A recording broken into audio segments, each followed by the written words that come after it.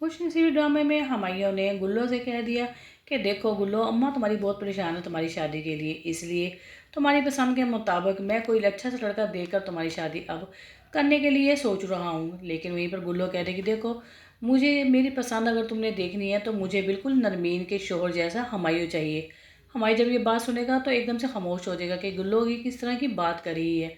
वहीं पर जब निहाल नरमीन के सामने जाएगा तो नरमीन का बाजू पकड़ लेगा और नरमीन को ये बात वाज़ेह अल्फाजों में पहले से ही कह देगा कि महीन तो तुम्हारे पाँव की धूल जैसी भी नहीं। ये बात तुम भी अच्छी तरीके से जानती हो। जब निहाल और नरमीन दोनों इस तरह की बात करेंगे तो सामने से महीन ये सब कुछ देख लेगी कि किस तरह से नरमीन और निहाल का बाजू पकड़े हुए ये बात कर रहा है।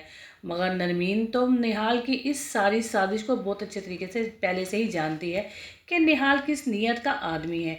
और वहीं पर ईमान के लिए तलहा अब शादी की डेट लेने के लिए सिराज साहब के पास आ गया और तलहा यही कहेगा कि सिराज अंकल, मेरी शादी के अब डेट तय कर दें। मगर सिराज अंकल जो पहले से ही गुस्से में बैठे हैं और वो यही कहेंगे कि ईमान के साथ बेटा तलहा, मैंने तुम्हारी मंगनी पहले से कर दी है, अब शादी तो उस टाइम ही करूँगा जब तुम अपने पेरेंट्स को अमेरिका से यहाँ बुलाओगे।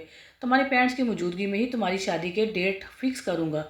अब ये बात सुनकर तलहा परेशान हो गया क्योंकि तलहा जानता है कि उसके माँ बाप अमेरिका से यहाँ बड़ी मुश्किल से आएंगे, कि उनके उनकी नेशनैलिटी पासपोर्ट का बहुत बड़ा इशू है जिसकी वजह से वो आ नहीं सकेंगे।